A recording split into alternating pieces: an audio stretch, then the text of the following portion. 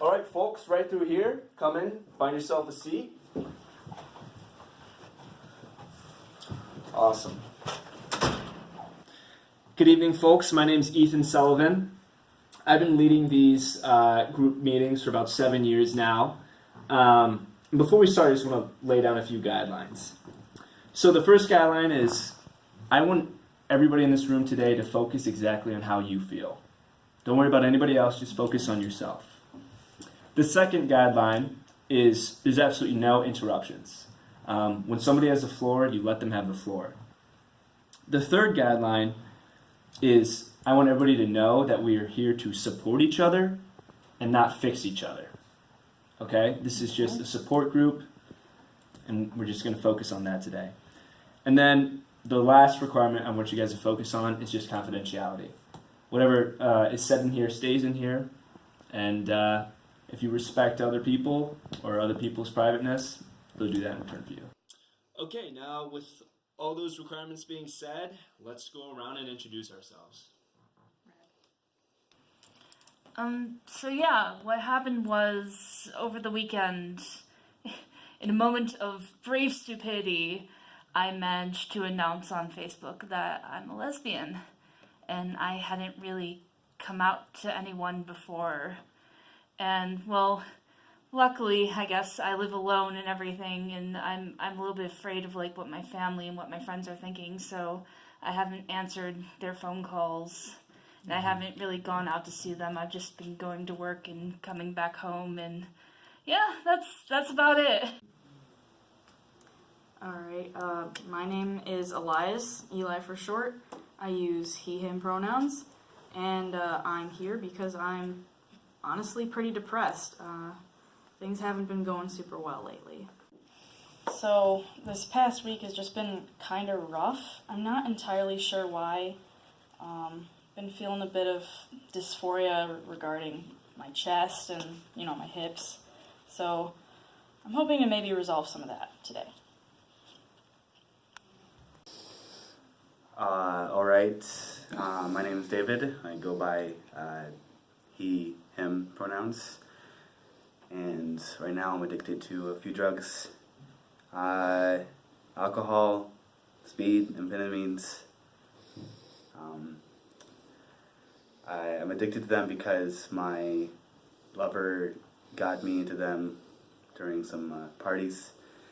I'm trying to make sure that I stop doing that. It's overwhelming. Okay, folks, as I mentioned earlier, my name's Ethan, Ethan Sullivan. My preferred pronouns are he or him. To kind of give you a little backstory of my own life, about 10 years ago, I was a heavy alcoholic. I couldn't go a day without drinking alcohol. I was at rock bottom. And what saved me was coming to these group discussions. So I want you all to experience and get out of this what I did personally. May I ask you a question, Ethan? Definitely, yeah. What brought you to lead groups for LGBT peoples? For me, I would just say I have a passion for and love helping all people, regardless of sexual preference, orientation, or anything like that. That's good. So what we're going to do now is just a little popcorn discussion. It's basically an open table. If you have something on your mind, feel free to say it. And let's go. Alrighty. Yeah, so, as I said, the past week has been pretty rough. I tried talking to my parents about, my gender stuff, and they're not, super supportive. They still use my dead name, and they don't use my pronouns that I like, and it's just really frustrating, and it makes me angry and sad, and I don't know how to deal with it anymore. So why do you think that is? Why do you think your parents struggle so much with, keeping your pronouns? What do you think their problem is with it? Well, honestly, they were raised in a culture that was super heteronormative, boys are boys, girls are girls, and they never really got much, what's the word? Exposure. Exposure, yeah, that's a good one. They didn't get much exposure to folks in the LGBTQ community. And especially with like the AIDS crisis on, nobody wanted to have exposure to folks like us. All right, I guess I can go next.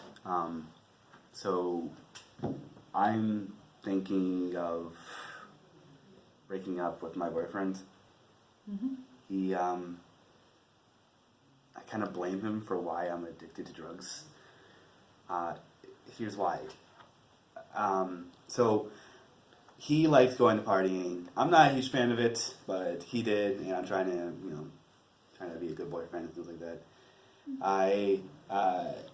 Obviously I like alcohol, so I'm gonna drink some alcohol.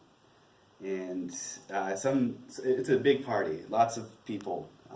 So some dude was bringing out brownies or something like that. I can't remember what it was. And he gave it to me, and I'm like, honestly, I've never ever actually been to any of these kind of parties. But I ate it, and it turned out to be speed. And I didn't know how to react to it. It was something really weird, and I liked it at first a lot. It was a great feeling. But now I can't. I really can't stop. I can't stop.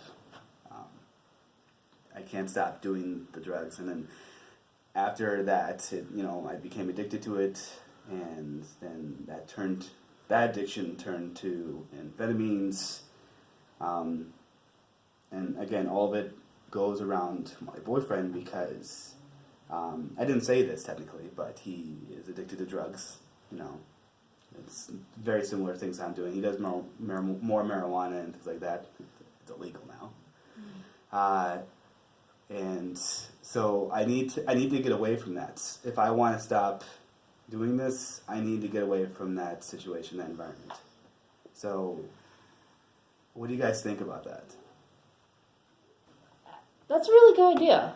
I mean, it sounds very difficult, but in a way, I think you're very brave for realizing, what it's going to take to, get out of that rut. Now, I don't know very much about addictions myself, and Ethan probably knows a lot more than I do, but I just think that, that's a tremendous first step, but it is going to be a first step.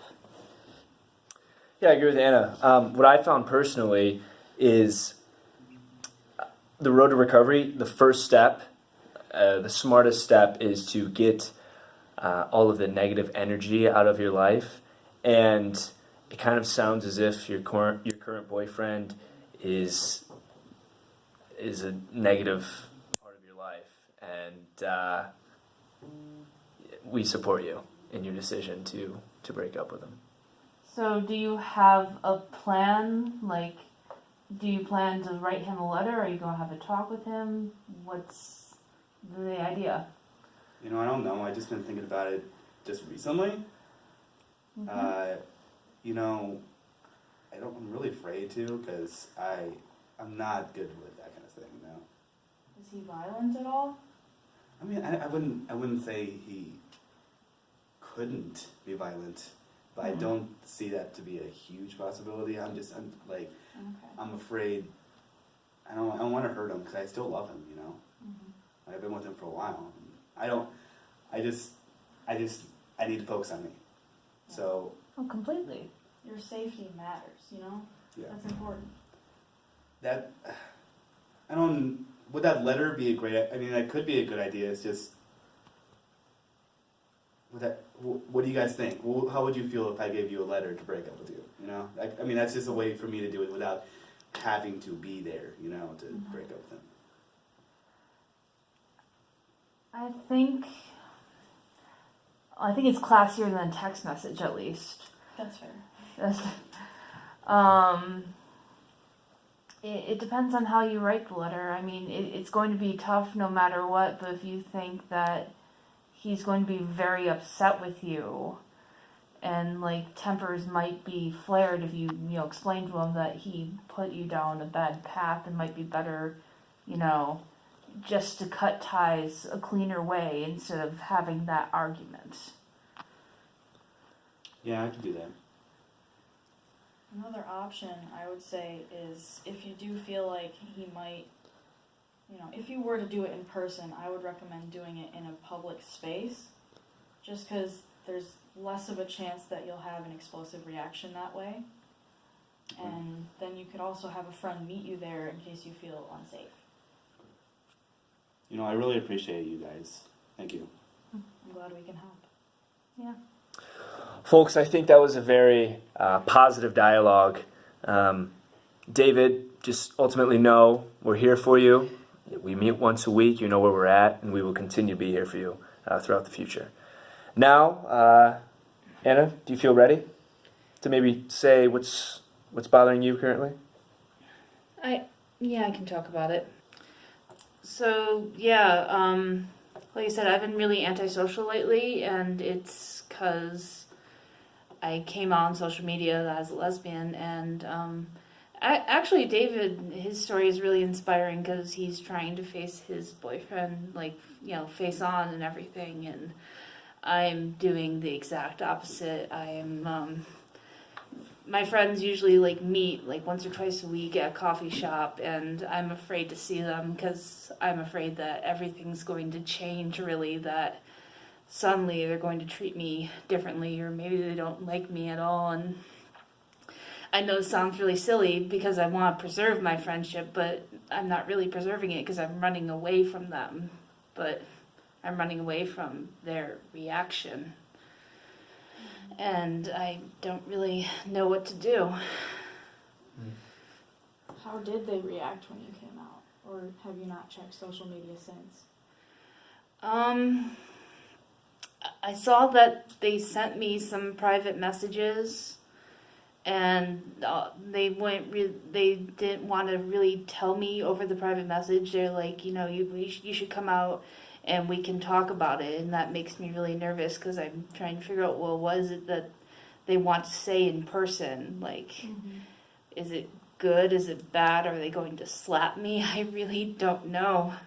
Yeah, that is pretty scary. Yeah. Honestly, I would recommend just saying, hey, I don't really know what you're intending. Can you just, maybe tell me, whether it's positive or negative? That kind of thing. Yeah. But even that can be scary, so I understand. You're right. It's just, like I said, I've been so anxious, finding out what they're going to say, that in some ways I don't really want to know. At least in this way, it's sort of, I don't know, I'm trying to freeze time or something before everything changes, or before everything possibly changes. So yes, at a time like this, it's hard to not have anxiety, and anxiety is a natural thing. It's a thing that a lot of people struggle with, specifically and often times in the same situation that you're in. For myself personally, how I deal with my own anxiety is walks in the nature. I know that sounds silly, but it's really helpful. Another thing that's helped me is yoga. Every Saturday, I have a hot yoga class. I go with a few friends, and it really helps ease my anxiety. So I think those are some exercises that you can look into, and I will say you'll probably find your own things that'll ease your anxiety, but it's just about finding what does that for you, and we're here to help. I think that would be really helpful because, I'm really not at a point where I can really confront anyone, so it'd be nice to have some new activities to get me out of the house, at least, and maybe as I'm centering myself in, yoga and all that, I can work out how I'm going to handle this. Definitely, and that's the idea of it. That's the idea of it. Thank you. And to go off that, folks, I want you to know that you're not alone with your anxiety. At least 30% of people in the LGBT community have anxiety. So this is an issue that a lot of people are going through. All right, folks, great session this week. To wrap things up, this is what we usually do at the end of sessions. I just want to hear your guys' goals for the upcoming week. David, would you like to start? I guess since I've been talking about it, break up with my boyfriend. And, I mean, at least write my letter. At least do that. We will be checking in on you next week. Thank you. Bye. Alright, I guess I'm just gonna try and take a little bit better care of myself, actually, shower more often, try to eat healthier foods, maybe go for a walk every once in a while. Awesome. I think that would be beneficial for me. Definitely. Okay. Definitely. I'm gonna take your advice. I'm gonna, seek out some yoga classes, try to take a walk at least 3 times a week. Since I'm still nervous about not having much of a community, I guess, go to, I don't know, some bars or something, wherever it is that the magical LGBT people go, and see if I can find my own sense of community, for backup. That's a great idea. I like that a lot. We can hang out once in a while, too. That'd be wonderful. Well, folks, that's all. That's all we have. A lot of fun. And I will see you all next week. Alrighty. Sounds good.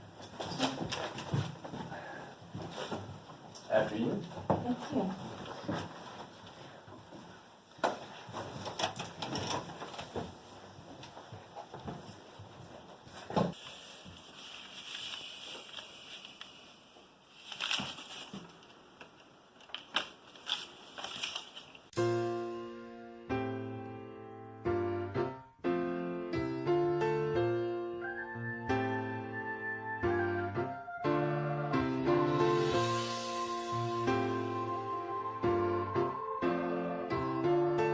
$525,600 million.